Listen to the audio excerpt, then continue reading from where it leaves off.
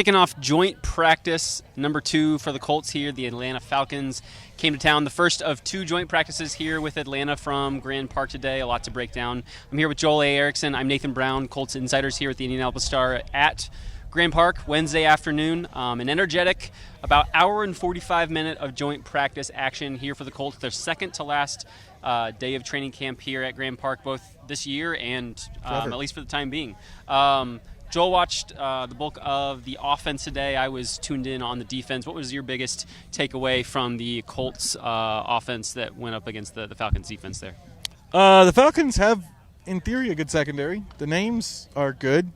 But today they did not produce a lot of incompletions. In fact, with Daniel Jones, they produced no incompletions. He was 15 of 15 by my count. There was one incompletion. They called pass interference on it, so that erases that. 15 of 15 for Daniel Jones. That was without Alec Pierce. That was without Tyler Warren for most of the practice. He went down with what was a groin injury.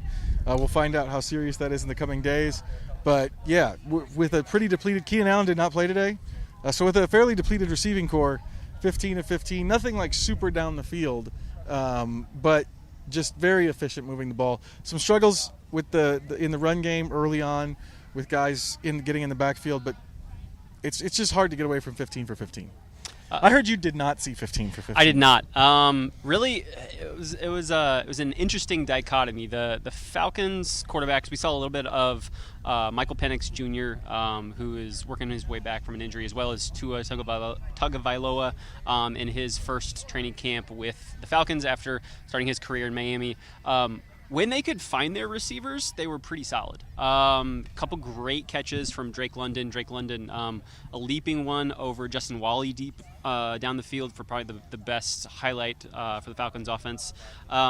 Both quarterbacks were incredibly inconsistent. Not a whole lot to speak of from the secondary, in part because they didn't have to do a whole lot of work. Drake London is tough to cover. I don't think see him up against Sauce Gardner at all in coverage. That was the matchup I was really looking for. The Colts defensive line started to apply a little bit better pressure. That first drive, Bijan Robinson just ate them up. In the short passing game, turned into some long yardage, great runs right up the middle. But the Latu in particular had a couple good pressures on Tua toward the end. So almost kind of hard to evaluate because there wasn't a whole lot to go up against. But I'd say the pressure building toward the end was the biggest takeaway for me. My one big play, my one big highlight, there was probably a 65-yardish touchdown. It was not a deep throw. It was an intermediate throw. Daniel Jones throwing to his left. A linebacker did get his hand on it, but not enough to really alter its course away from Josh Downs, who then took off up the sideline for a touchdown. And I would say the defensive highlight, I was actually not in a good position. Maybe you were. I saw this one. Justin Wally picking off Tua Tagovailoa. Mm-hmm. He threw it late. Justin Wally took advantage of it. It was just a little out to the receiver. It would have been pick six, though, because there was no one there. He took it right away. Right in front of a receiver who was essentially kind of just doing a stop route. Really poor decision. I called interception as it left his hand, and I was standing about 100 yards away. So that's how poor a decision it was. And it was during the what they call the move the ball period, kind of toward the end. They moved it. Colts way. The other way. It was, I think, the second play of Colts starting defense for the Falcons starting offense. Big play there from Justin Wally. Something you want to see from him. We still haven't seen him in an actual game. He, of course, missed the entire season last year with an injury suffered in training camp, but a big moment for here as we are building toward his NFL debut. We will be back again for tomorrow for the last practice of the Colts training camp. These two teams meet on the field at Lucas Oil Stadium on Saturday at 1 o'clock for the Colts' second of 3 preseason games. We'll see a little bit more more condensed joint practice tomorrow between these two teams. We will get a chance to see Keenan Allen's on-field debut. Shane Steichen told us he may only do some one-on-one drills. I don't know if we'll see him in team action yet. He said he's been staying in shape, but individual workout shape and team football playing shape might be a little bit different. So we'll see how the Colts bring him along and when he truly gets on the field for some full team 11-on-11 work. be sure to check out IndyStar. Joel and I will both have some observation stories on what we saw today on the field, along with a couple stories on Keenan Allen and his official announcement as a Colt, a big addition to this wide receiver core. Please continue to check out our YouTube channel, where we have videos from training camp, highlight clips, our insider videos at the end of the day, as soon as we transition to the facility, some interview clips there, and continue to check out all our work on IndyStar.com. He's Joel Erickson. I'm Nathan Brown. Thanks for watching this video from Colts training camp. Good back and forth on both sides. I'll go back and look at the defensive tape, but I thought we finished good with the ones there at the end and that moved the ball period.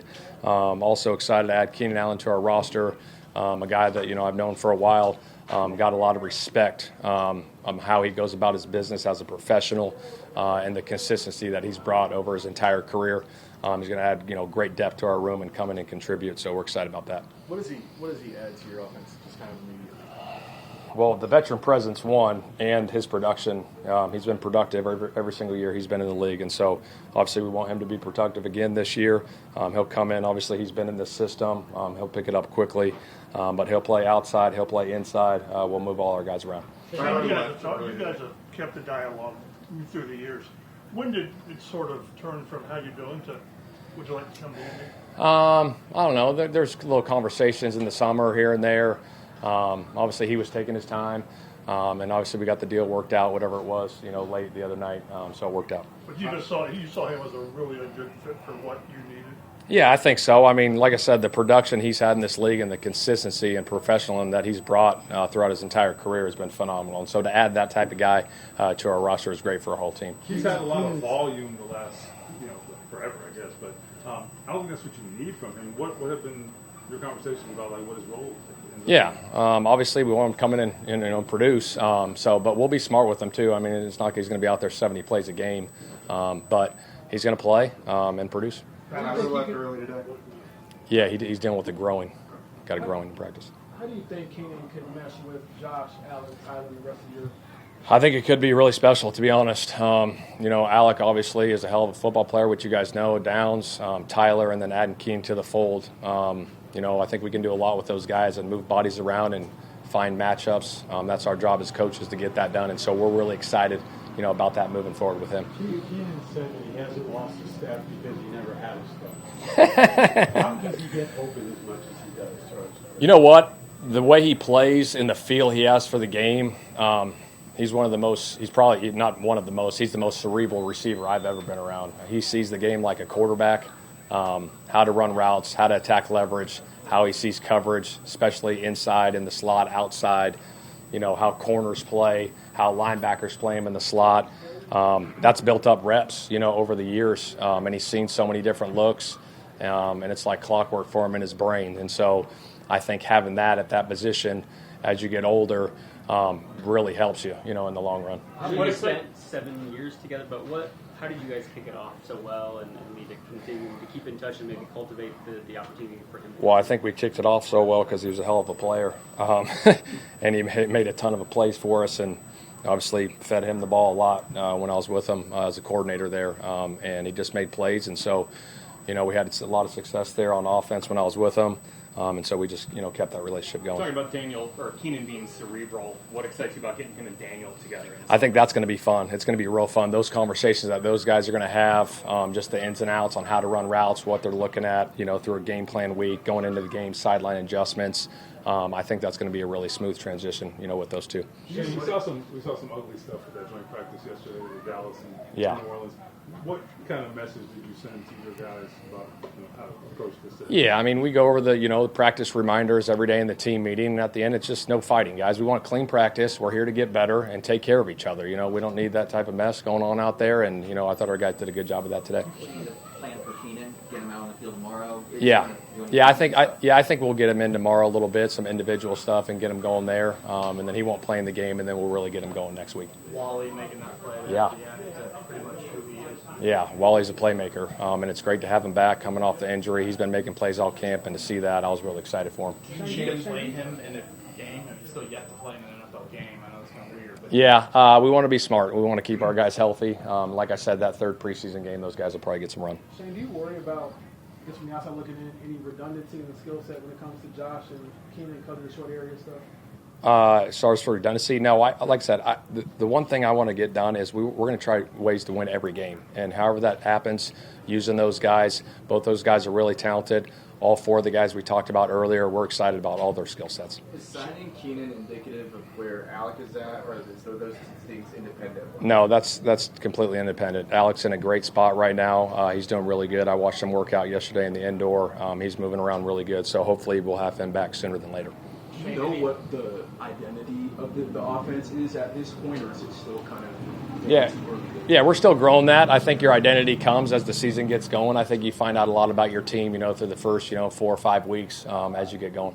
I think maybe balance offensively the success you had in the passing game today, but in the run game, there were some issues there. I think really that first period, we just got to get some stuff cleaned up in that first period. We'll go back and get that cleaned up and, come out here tomorrow and have a great practice. Shane Steichen was out there. Any update on? I don't have an update right now on that right now. Do we think surgery is? I don't think so, no. Keenan also said that you view the game from the quarterback's perspective. What goes through your mind? Do you agree with him when he says that, and what does that mean for you? Well, I think, he, like I said, he's been in this league for a long time, and he sees it like a quarterback. And so when we're talking about putting in routes and concepts and stuff, he knows how to attack it as well. So those conversations are really smooth with him, and I'm looking forward to getting back to those conversations. It's been, 5, 6 years, but it's great to have him here. Keenan called you a genius. To hear that from him, what does that mean? I got a ton of respect for Keenan, and trust me, it ain't me. It's the players that go out there and make the plays. A couple more. What has McGowan just strung together for you here throughout these 2 or 3 weeks? He's been consistent. That's the biggest thing. He's running hard. He's seen it good. And I've said it before, but the physicality that he runs with, we want that. And he brings that to our roster, and we're really excited about that. Shane, his hands aren't necessarily flashy, but he just doesn't really have a dropout here either. No, he's been consistent. Even swing passes, checkdowns, whatever it may be, he's been consistent doing that. So that's exciting to see. Will AR get what Riley got today?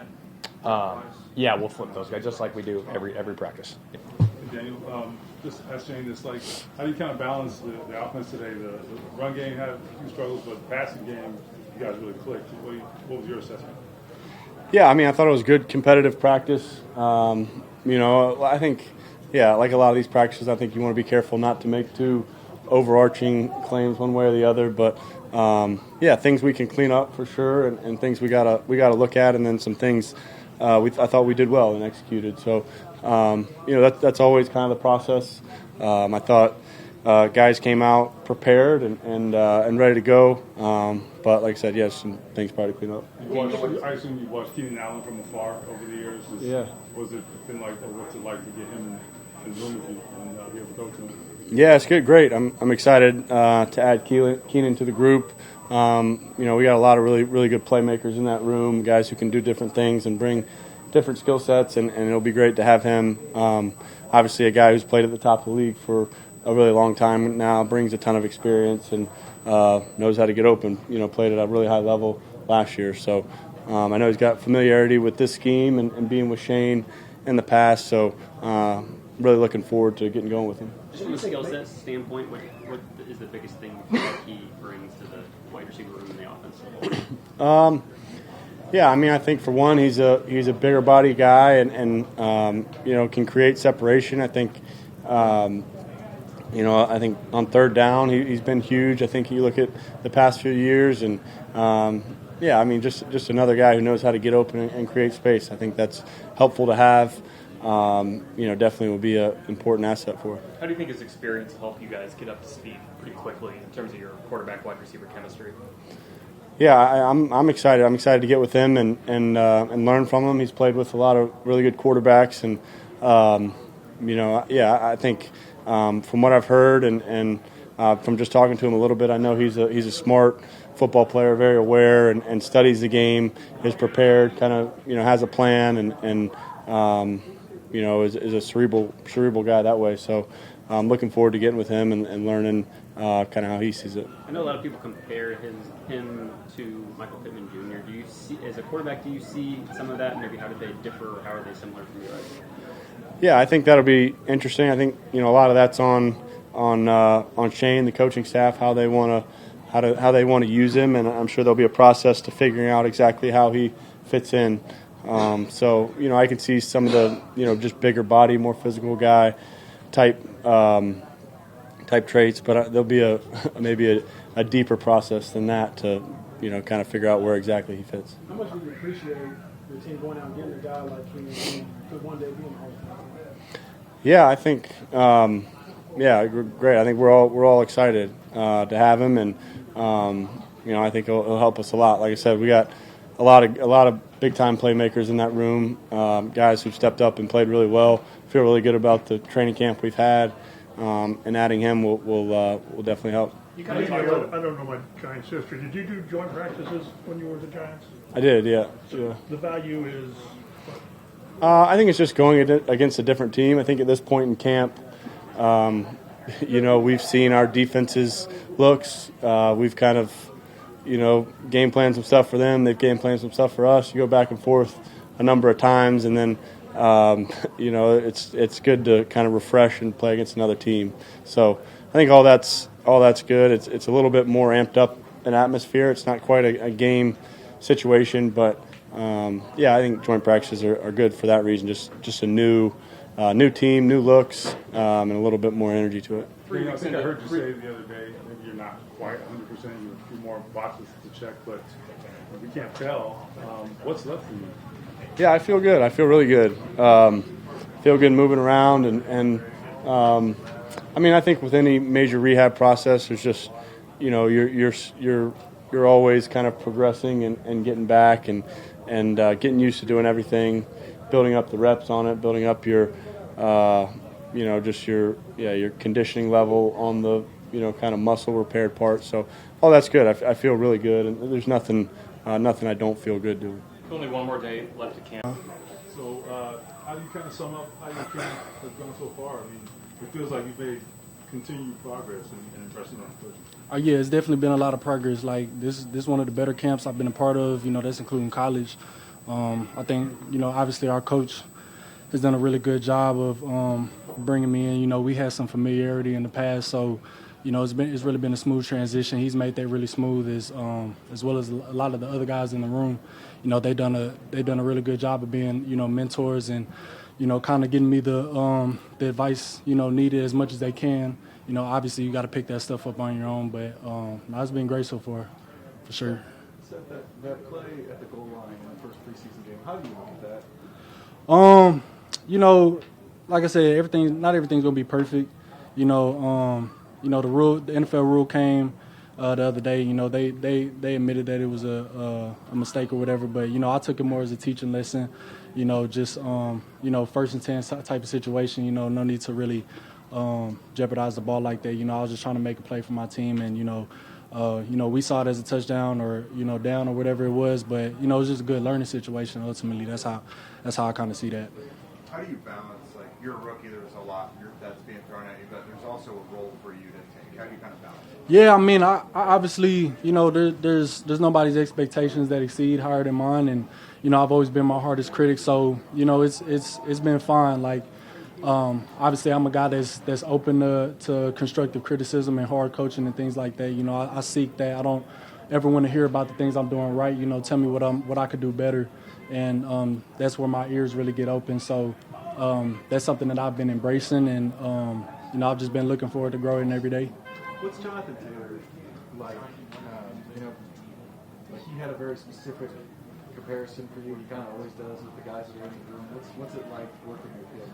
Yeah, I always say it to everyone that asks me. Like, I don't think I could have really got a better vet than him being in the room. Like I said, a guy that's played at such a high level for such a long time, and the versatility that he has in his game, and the maturity and the spark that he kind of brings to the offense is something that's really unparalleled to a lot of the other running backs that's in the league. So he's a really down to earth guy. He's a wholesome guy, and he's done a phenomenal job of helping me out, and I've just done my best to mirror all of his habits and his routines and just kind of his ideology when it comes to on and off the field. So it's been a blessing for sure to just share a room with a guy like that. The physicality you bring to the field, how have you told the line between showing it but not going too far without That's something that's instinctual.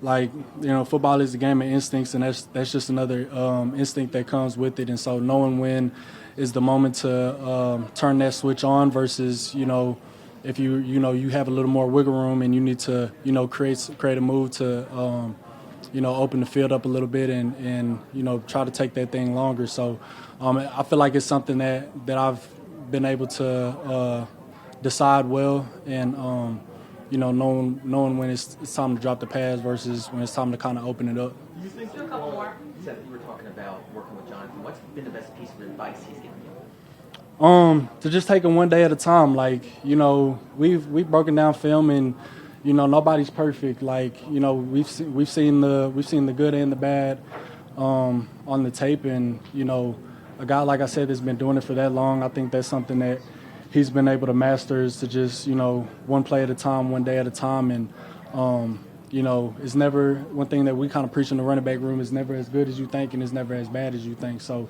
just kind of staying in that pocket, that happy medium, and, like I said, just trying to improve ultimately every day. Do you think your hands are a little bit underrated part of your game? Not for sure. That's depending on whoever you asking. I've always, that's something I've always worked really hard at ever since I was in high school. When the Alvin Kamara's and Christian McCaffrey's was coming out, I kind of saw that the way that the running back position was being elevated. So that's something I always prioritized, and everywhere that I've been, I've always taken advantage when the ball's thrown my way, and I've been solid so far this camp. So yeah, obviously that's something that I look forward to continuing to do for the offense.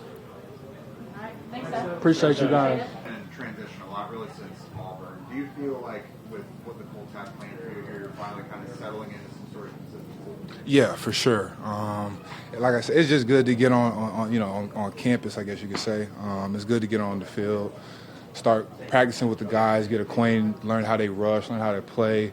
We got to play as one. So it's just good to finally get on the field and start playing together. Does this role fit you a little bit better than what you were doing Green Bay?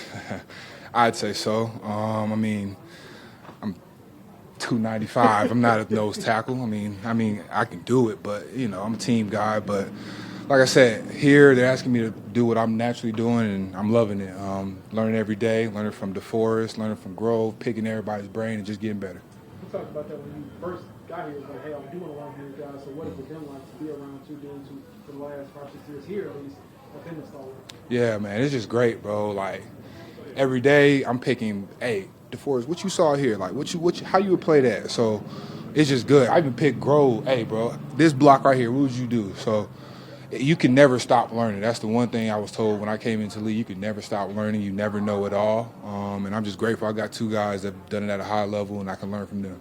You joined practice today, going up against the Falcons. What was your biggest takeaway from the defense and how you guys performed? We did well today. We got to bring it again tomorrow. We got to keep being physical, keep setting the tone. We know that, but we got to be physical, set the point. Let's go out there, play ball, play good complementary football. Our offense is going to do what they do. We got to go out there and score. Stop them from scoring and just play good ball. When you're in a camp setting, how does the play that Wally made at the end? How does that galvanize the group? Yeah. When it's Yeah. not in a game, but it's in this setting where you're all together. Yeah, man, it gives us juice and energy. Like, oh, okay, yeah, they don't want to be here today. So it just makes us, more energetic, good to go. Like, that just brings juice, bro. You see how everybody we ready to storm the field. Like, it just brings good juice, good energy, and keep it going. Colby, with camp getting closer and closer, have you learned what the identity of this defense is going to be? Physicality, man. Flying around with your hair cut off, relentless. Relentless. Coach Lou preaches that all the time. We're going to be physical. We're going to be relentless. 11 as one. It's just that simple. If one man comes out, it should be no drop-off. We're going to keep playing good ball and keep doing what we got to do. We hear subjoint practices around the league where things get out of control and it just kind of turns into fight night. You guys are at 2 now and nothing really yet. Why do you think that is? Because, man, we're here to get better. We're here to play football. Yeah, temper's going to flare, yeah, but, you gotta respect, you feel me, your counterparts. Like, it's a give and take. We respect them, they respect us. Keep playing good ball. Nobody's trying to fight. It's highly human. Nobody, like, come on, bro. We got all these pads on. Everybody want to be tough and fight. We'll fight between the whistles. So it's that simple. How has the relationship with Marion Hobby kind of evolved since he's finally got your coaching from him on the field? It's been good. Finally get in here, get coached from him. It's been good. We on the field now, man. So we playing good ball. We learning, and he's just doing a good job, man. So yeah. Appreciate y'all.